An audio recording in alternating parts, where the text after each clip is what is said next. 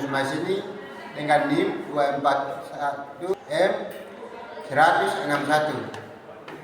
Perkenalkan, nama saya Indra Nuriti dengan NIM 241M10090. Perkenalkan, nama saya Andini Siti Putri dengan NIM 241M10087. Perkenalkan, nama saya Salman Al-Farisi dengan NIM 241M10095. Assalamualaikum warahmatullahi wabarakatuh. Sebelumnya perkenalkan, nama saya Dita Nisa dengan NIM 241M194. Kenalkan, nama saya Muhammad Tugah Rizal dengan NIM 241M10062. Di sini saya menjelaskan proses produksi bahan alat. Jadi bahan kulit apel, minyak esensial diperlukan, air, alat. Jadi alat itu panci, kompor, wadah penyimpanan.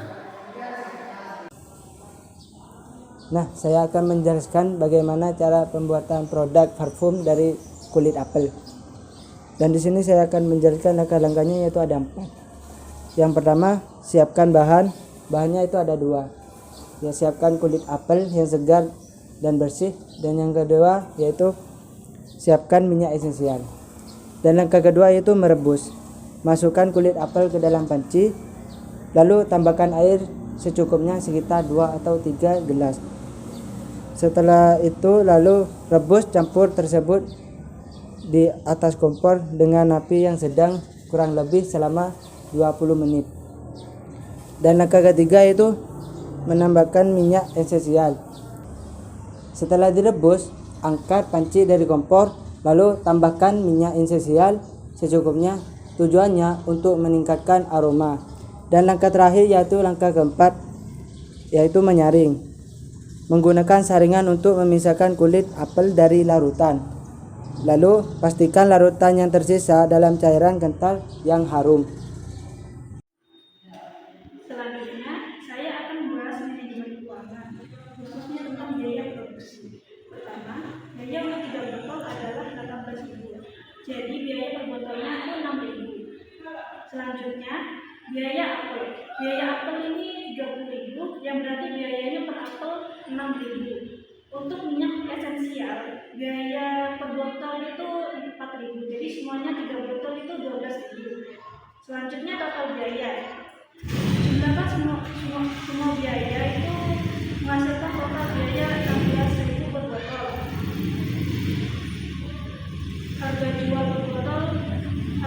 per botol itu 25.000. Dan menghitung keuntungannya per unit, kita kurangi harga jual dengan total biaya produksi seharga 25.000 dikurangi 16.000, sehingga kita mendapatkan keuntungan sebesar 9.000. Pada kesempatan kali ini saya akan menjelaskan beberapa tips penjualan ataupun pemasaran. Nah, yang pertama itu komunikasi yang efektif. Apa sih pentingnya komunikasi yang efektif itu? Karena pada dasarnya sebagus apapun produk kita, kalau kita itu tidak bisa menyampaikan nilainya, produk kita itu tidak bakal laku. Nah, dan selain itu, komunikasi yang efektif itu bukan soal seberapa banyak kita berbicara, tapi seberapa aktif kita mendengarkan. Nah, artinya apa? Kita itu harus tahu kebutuhan customer itu kita apa, kesukaannya apa, dan yang dia butuh itu apa. Misalkan customer kita itu suka yang wangi-wangian yang strong, tapi malah kita tawarin yang wangi-wangian yang manis. Nah, dari itu kan pasti ninggalin kesan buruk buat customer kita. Makanya komunikasi yang efektif itu penting. Nah, yang kedua itu building relationship. Apa sih pentingnya building relationship itu? Nah, karena dengan itu kita itu bisa mendapatkan repeat order dan word of mouth. Gimana sih caranya kita mendapatkan itu? Nah, kita itu kayak harus ngasih add value lebih terhadap customer kita. Contoh, kita ini kan kayak jualan produk pewangi ya. Kalau misalkan udah terjual, jangan langsung tinggalin customer kita, tapi tanyakan dulu, ada yang bisa saya bantu nggak kak, atau ya ada yang mau perlu dipasangin nggak kak, atau gimana. Karena kalau misalkan pelanggan itu puas, dia itu bakal balik lagi. Dan bisa jadi mereka itu bakal cerita tuh ke teman-temannya kalau kayak produk kita sama pelayanan kita itu bagus. Nah, yang ketiga itu problem solving. Apa sih problem solving itu? Problem solving adalah kemampuan untuk menemukan solusi terbaik dari suatu permasalahan yang kita hadapi. Nah, dalam konteks kerja, bisnis ataupun penjualan, skill ini sangat penting karena hampir setiap hari kita akan dihadapkan pada tantangan, hambatan ataupun situasi yang tak terduga. Makanya, problem solving itu penting dalam dunia bisnis. Nah, saya di sini sebagai manajer dari manajemen sumber daya manusia atau sering kita singkat dengan MSDM. Saya di sini sebagai tim produksi, tim marketing atau tim pemasaran. Nah, peran kami ialah bertanggung jawab untuk merencanakan dan melaksanakan strategi pemasaran produk yang dijual. Kemudian kami memiliki kendala dalam memproduksi, apa itu? Kesulitan dalam menjangkau target audiens dan meningkatkan kesadaran merek. Kemudian kami memiliki kelebihan, yaitu mampu berkomunikasi dengan baik dan memiliki kreativitas dalam kampanye pemasaran. Namun di balik kelebihan kami memiliki kekurangan. Nah, kekurangannya itu dari kami ialah kadang-kadang kesulitan dalam mengukur efisiensi kampanye.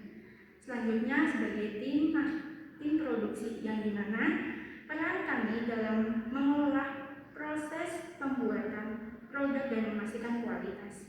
Dengan kendala terbatasnya bahan baku dan waktu produksi yang ketat, tetapi kami pun memiliki kelebihan yang mana memiliki keterampilan teknis yang baik dan dapat mengatasi masalah produksi secara efisien. Namun kekurangan dari kami terkadang kesulitan dalam merencanakan jadwal produksi yang optimal. Di sini saya sebagai perwakilan tim desain akan menjelaskan apa yang dilakukan tim desain. Yang dilakukan tim desain kemasan dan branding, kami bertanggung jawab untuk menciptakan desain yang menarik agar konsumen itu bisa tertarik. Namun kami sering mengalami kesulitan mendapatkan umpan balik yang konstruktif dari tim, sehingga kami perlu meningkatkan komunikasi untuk memastikan desain yang dihasilkan sesuai dengan kebutuhan.